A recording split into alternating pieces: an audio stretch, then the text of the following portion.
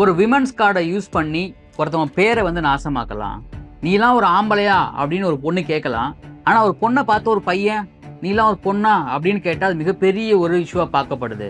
அந்த மாதிரி ஒரு சம்பவம் பிக் பாஸ்ல நடந்திருக்கு. இந்த பிக் பாஸ்ல விஜே பார்வதி தன்னை வந்து மிகப்பெரிய ஒரு டைட்டில் வின்னரா நினைச்சுக்கிட்டு இருக்காங்க. சீசன் 7ல அர்ச்சனாவை எப்படி எல்லாம் கார்னர் பண்ணாங்களோ, அவங்க டைட்டில் வின் ஆனாங்களோ, அதே மாதிரி தன்னை நினைச்சுக்கிட்டு நிறைய விஷயங்களை ராங்கா ரூலை பிரேக் பண்றது, தனக்கு நடக்கிறது, அதாவது எனக்கு நடக்கிறது மட்டும்தாங்க நியாயம், மற்றவங்க நடந்தா அது அநியாயம் அப்படின்னு சொல்ற விஷயங்கள் இந்த பிக் பாஸ் வீட்டில் நிறைய ரூல் பிரேக் பண்றாங்க. குசு குசுன்னு பேசிக்கிட்டே இருக்காங்க. நிறைய விஷயங்கள் பார்க்கும் பொழுது ரொம்ப 18+ஆவே இன்னமும் இருக்கு. இன்னைக்கு என்ன நடந்துச்சு இந்த விஷயத்தை பத்தி நம்ம டீடைல்டா பார்க்க போறோம். Big boss season 9 video skip பண்ணா ஃபுல்லா பாருங்க. Welcome to the channel.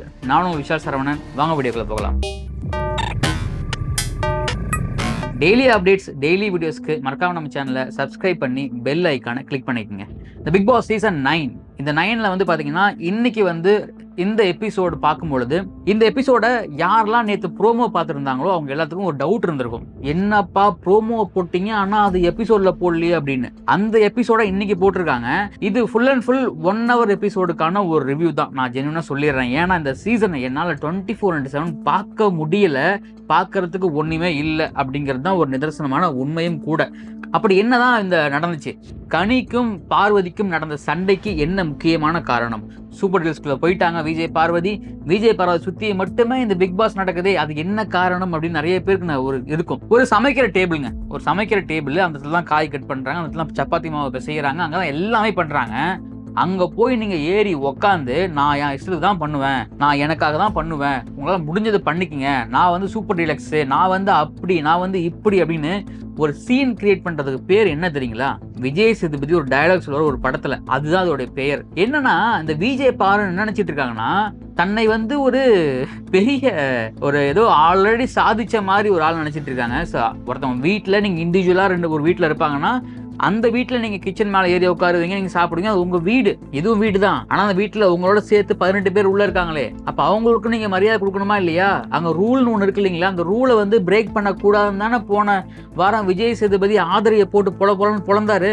அப்படி நோஸ் கட் கொடுத்துமா உங்களுக்கு அந்த மரமண்டையில ஏறல, சாரி அந்த மண்டையில ஏறல, உண்மையை சொல்லிட்டு நான் பேச்சு வாக்கல, அதெல்லாம் மன்னிச்சிருங்க. ஸோ இப்படிலாம் இருக்கும் பொழுது அதை வந்து கனி அவங்க எக்ஸ்பிளைன் பண்ணும் பொழுது ஒருத்தவங்க நம்ம கிட்ட நான் ஏற்கனவே சொல்லியிருந்தேன், ஒரு பேட் ஆட்டிடியூட் பார்வதி கிட்ட இருக்கு. என்னங்க நீங்க பார்வதி பத்தி நிறைய குறை சொல்றீங்கன்னா, தயவு செஞ்சு சொல்றேன், நான் இந்த ஷோ பாக்குற எல்லாத்துக்குமே தெரியும், பார்வதி அப்படிங்கிற ஒரு கேரக்டர், விஜய் பார்வதி கேரக்டர் மத்தவங்களை உதாசீனப்படுத்துறது, மத்தவங்க பேசும்பொழுது அவங்களை வந்து மதிக்கிறது கிடையாது. அதாவது ஒரு தன்னை பிஹேவ் பண்றது, பிஹேவ் யுவர் செல்ஃப் சொல்லுவாங்க இல்லைங்களா, அது கொஞ்சம் கூட கிடையாது. ஒரு மாதிரி இதெல்லாம் அன்ஃபேர். எப்படி இதை வளர்ந்து இவ்வளவு பெரிய ஆளா ஒரு மீடியால வந்தாங்கன்னே தெரியல. இந்த மாதிரி ஆட்டிடியூட்லாம் இருந்துச்சுன்னா வந்து மக்கள் வந்து உங்களை வந்து மறந்துடுவாங்க, நீங்களாம் ஒரு பெரிய ஆளே நினைச்சிட்டு உங்களை கடந்து போயிட்டே இருப்பாங்க. அந்த மாதிரி நிறைய பேர் இன்னி வரைக்கும் இருக்காங்க.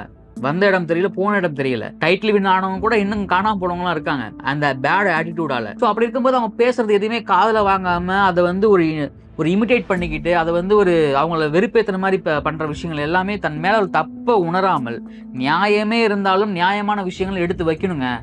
அதுதாங்க ஒரு நல்ல ஹியூமனுக்கு ஒரு அழகு. இதுதான் அந்த சண்டை, கிச்சன்ல நடந்த சண்டை. அதுக்கு சாரி கேட்டா மட்டும்தான் நாங்க வந்து எங்க வேலைகளை பார்ப்போம் அப்படின்னு கிளீனிங் டீமு, குக்கிங் டீம் எல்லாம் சொல்லிட்டாங்க.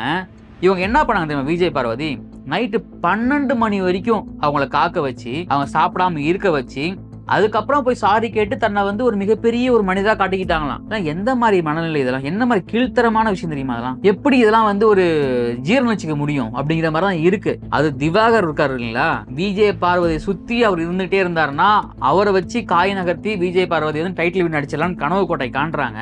நான் ஏற்கனவே சொன்ன மாதிரி அவங்களுக்கு மனசுக்குள்ள என்ன தோணுது அப்படின்னா, சீசன் 7ல எப்படி அர்ச்சனாவை வந்து சேம் விஜய் அர்ச்சனா வந்து எப்படி எல்லாம் கார்னர் பண்ணி ஒரு ஃப்ரேம் பண்ணாங்க இல்லைங்களா, ஸோ அப்போ வந்து அவங்க டைட்டில் வின் ஆனாங்க வைல்ட் கார்டில் வந்தாலுமே. ஆனால் அதில் ஒரு நியாயம் இருந்துங்க, அந்த நியாயம் இருந்தது, அவங்க பக்கம் வந்து உண்மை இருந்தது, அதனால அவங்க ஜெயிச்சாங்க. ஈவன் பிரதீப் ஆண்டனிக்கு நடந்த அநியாயம் அதை வந்து அவங்க அட்ரஸ் பண்ண விஷயம், அதனால அவங்க ஜெயிச்சாங்க. ஆனா நீங்க பண்றது தெரியுங்களா, நீங்க பண்றது பியூரா ஒரு செல்ஃபிஷான விஷயம். உங்களை எல்லாம் எதிர்க்காங்க அப்படின்னா நீங்க நல்லது பண்ணி உங்களை எதிர்க்கல, நீங்க பண்ற மத்தவங்களை மார்க்கிங் பண்றீங்க.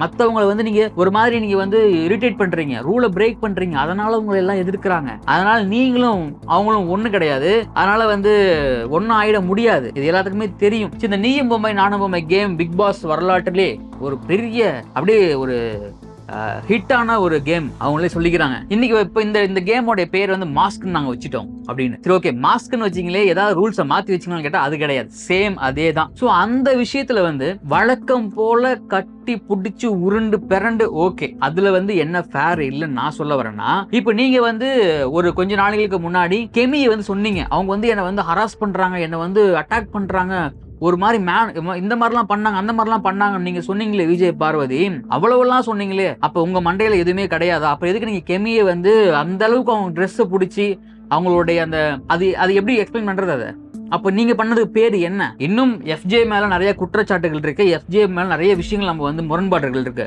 ஆனா எஃப்ஜே பார்த்து நீ என்ன ஆம்பளை திமிரில் பேசுறியா அப்படின்னு கேட்கறது எந்த விதத்துல நியாயம்? அப்ப நீ வந்து ஆம்பளை திமிரில் பேசுற ஒரு ஆம்பளையை பார்த்து நீங்க கேக்குறீங்க அப்படின்னா அவன் என்ன கேட்பான், நீ என்ன பெரிய ஆளா அப்படின்னு கேட்பான். அப்போ வந்து அங்க உமன் கார்டை வந்து எடுத்து வைக்கிறது, பாத்தீங்களா இங்க வந்து விமனிசம் பண்றது, இங்க வந்து விமனை வந்து மதிக்கிறது அப்படின்னு. உங்களை மாதிரி ஒரு சில ஆட்களால தான் இங்க பெண்களுக்கு கெட்ட பேர்கள் ஏற்படுது. நீங்க வந்து இதே மாதிரி விமன் கார்டை யூஸ் பண்ணி தான் பிரதீப் ஆண்டனின் அப்படிங்கிற ஒரு ஆளை வந்து சீசன் 7ல வெளியே அனுப்புனாங்க. ஆனா அந்த விமன் எல்லாமே என்ன நிலைமைக்கு ஆளானாங்க தெரியுங்களா? அவங்களுடைய முகம் கிழியப்பட்டது, அவங்களுடைய முகத்திரை கிழிஞ்சது, அவங்களுடைய சாயம் வெளுத்தது, அதனால அவங்களால வந்து சர்வே ஆக முடியலதான் உண்மை. அதே மாதிரிதான் நீங்க பண்றீங்க. எஃப்ஜே பார்த்து உனக்கு என்ன ஆம்பளை திமிரில் நீ பண்றீ அப்படின்னு கேட்கறது, உங்களுக்கு அப்ப என்ன ரைட்ஸ் இருக்கு அப்படி கேட்கறதுக்கு? அப்போ உங்களுக்கு பெண்ணியம் பேச உங்களுக்கு என்ன உரிமை இருக்கு? எந்த பெண்ணியம் பேசுறவங்களும் ஒரு ஆணை வந்து குறைச்சி மதிப்பிட மாட்டாங்க. ஏன்னா பெண்ணியம் பேசுறவங்க பெண் பெருமையை மட்டும் தான் பேசுவாங்களே தவிர மற்றவங்களை வந்து அவங்க வந்து தன் இனத்தோடைய மத்த பாலினத்தை வந்து அவங்க குறைச்சி மதிப்பிடுறாங்கன்னா அவங்க உண்மையான ஒரு பெண்ணியம் பேசுறவங்க, பெண்ணியம் போடுறவங்க அவங்க இருக்க மாட்டாங்க. அவங்க எஸ் பெண்ணியம் பேசணும்.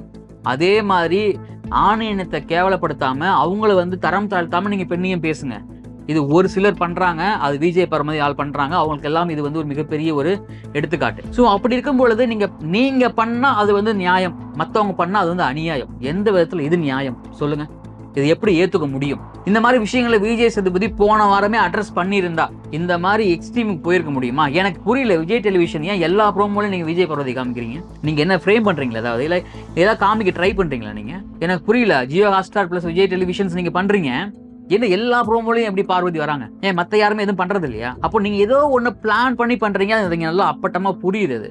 நீங்க இவர் வந்து நம்ம தலை இருக்காருங்களா துஷார், அவர் ஒன்ஸ் அந்த ஆர்டரை அடுக்கி வச்சதுல வந்து அவர் பயாஸ் பண்ணிட்டாராம். அந்த பயாஸ் பண்ணதை நீங்க எஸ் உங்க மேல நியாயம் இருந்தா, அவர் பயாஸ் பண்ணியிருந்தா அதை நீங்க நியாயமான முறையில் அட்ரஸ் பண்ணணும். அவரை போய் நீங்க வந்து டார்கெட் பண்றீங்க, சின்ன பையன் 9ஆம் கிளாஸ் வந்து சுய புத்தி கிடையாது அப்படின்னு என்னென்ன வார்த்தைகள் எல்லாம் யூஸ் பண்ணி ட்ரிகர் பண்ணா அவன் வந்து எமோஷனல் ஆகி உங்களை வந்து பேசுவானோ அந்த அளவுக்கு எல்லாத்தையுமே ட்ரை பண்றீங்க. பட் ஆனா அந்த பையன் பேசல. கமருதீன் வந்து பாத்தீங்கன்னா ஆள் பாக்குறதுக்கு ஒரு மாதிரி இருக்காரு, ஆனா நிறைய சேட்டைகளை பண்றாரு, நிறைய பேட் வேர்ட்ஸ் யூஸ் பண்றாரு, வாடா போடா அப்படிங்கிறது, திவாகர் பார்த்து வாயா போயாங்கிறது, இப்படி நிறைய விஷயங்களை பண்றாரு. பட் கமருதீனுக்கு விஜய் சேதுபதி இந்த மாதிரி வந்து ஒரு பயங்கரமான ஒரு ஆக்ஷன் கொடுக்கணும். அவருக்கு அட்லீஸ்ட் இந்த பிஹேவியருக்கு வேற ஏதாவது ஒரு பனிஷ்மெண்ட் கொடுக்கணும். சும்மா இந்த மாதிரி வந்து நீங்க பிக் பாஸ் வீட்டுக்குள்ள இருந்துகிட்டு திரும்ப பாத்தீங்கன்னா இந்த அரோரா, அதுக்கப்புறமா அந்த எஃப்ஜே, கமருதீன், நம்ம ஆதிரே, இவங்க எல்லாம் என்ன ட்ரை பண்றாங்க, என்ன கண்டென்ட் கொடுக்க நீங்க ட்ரை பண்றீங்கன்னு எனக்கு புரியல.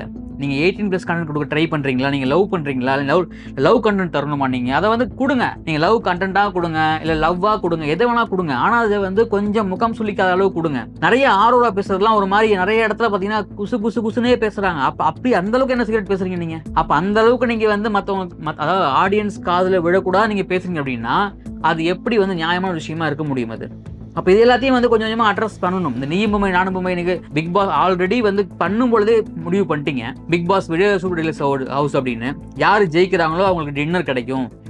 சூப்பர் டீலக்ஸ் ஹவுஸ் ஜெயிச்சாங்க அப்படின்னா அவங்களுக்கு வந்து இன்னொருத்தருக்கு நாமினேஷன் ஃப்ரீ பாஸ் கிடைக்கும், அந்த 50% விலக்கு கிடைக்கும் அப்படின்னு நிறைய விஷயங்கள்லாம் பேசுறீங்க. அப்போ அந்த இடத்துல கேம் விளையாடும் போது விஜய் பார்வதி என்ன டார்கெட் பண்றாங்க, என்ன அடிக்கிறாங்க, அப்படி பண்றாங்க, இப்படி பண்றாங்க, என்ன நியாயம் இது? நிறைய ரூல் பிரேக் பண்ணீங்கன்னு ஃபர்ஸ்ட் ரவுண்டே கேன்சல் பண்ணிட்டார் பிக் பாஸ்.